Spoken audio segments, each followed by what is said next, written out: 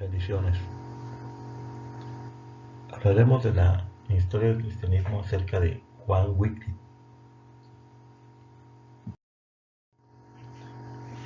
Wycliffe nació en el pueblo de Hinsey, en Yorkshire, Inglaterra, alrededor del año 1320, en el seno de una familia muy numerosa en la que se cree tuvo formación inicial. Lo demás dato de su vida hasta la llegada a Oxford no se conoce. Un hombre muy dotado, de una mente privilegiada, dispuesto a seguir sus argumentos con toda perseverancia hasta las últimas consecuencias y carente de humor.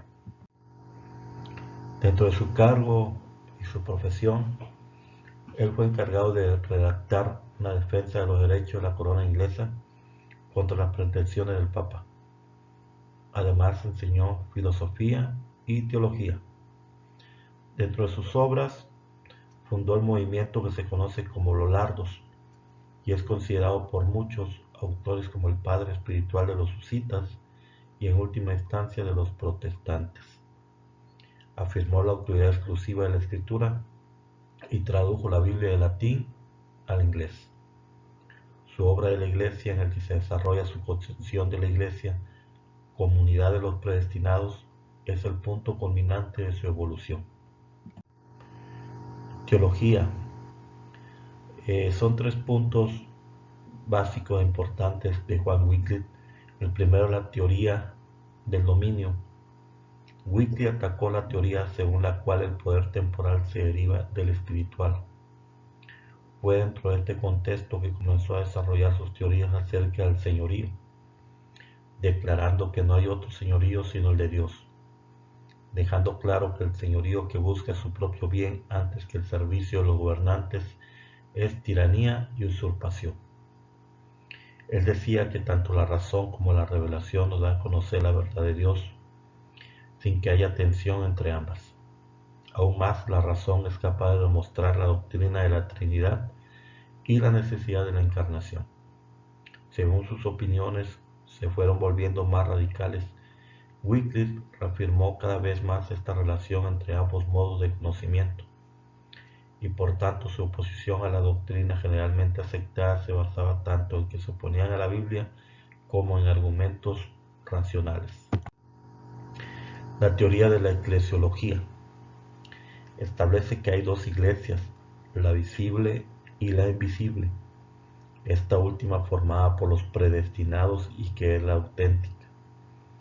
Así, Dios es la causa de esta predestinación y Él dispone de todo según el plan divino, y este predestinado no pierde sus derechos aunque peque, pues ha sido elegido por Dios.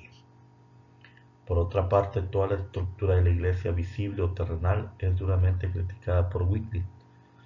Afirma que si existe el papel del predestinado por Dios, entonces el Papa, que es electo y no eterno, no tiene ningún sentido y no reconoce su autoridad, por lo que se debe de desaparecer. Por tanto, expresa una crítica radical contra la autoridad eclesiástica.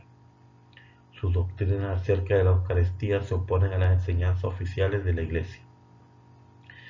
La teoría de las Escrituras dice que el verdadero y auténtico poder está en las Sagradas Escrituras, la Biblia, y no en la Iglesia. Afirmó la autoridad exclusiva de la Escritura y tradujo la Biblia del latín al inglés. Sus opositores. Sus ataques de Wycliffe hacia los frailes, que habían comenzado años antes, le habían ganado muchos enemigos.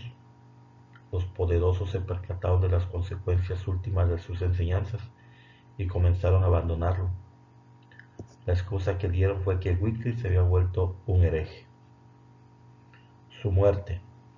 Su fallecimiento fue en el año 1384, a consecuencia de una embolia, puesto que murió en la comunión de la iglesia. Se le enterró en tierra consagrada, pero años después, cuando el concilio de Constanza lo condenó, sus restos fueron exhumados y quemados, y sus cenizas fueron lanzadas al río Swit. Hasta ahí la monografía de Juan Wycliffe en la historia del cristianismo. Amén.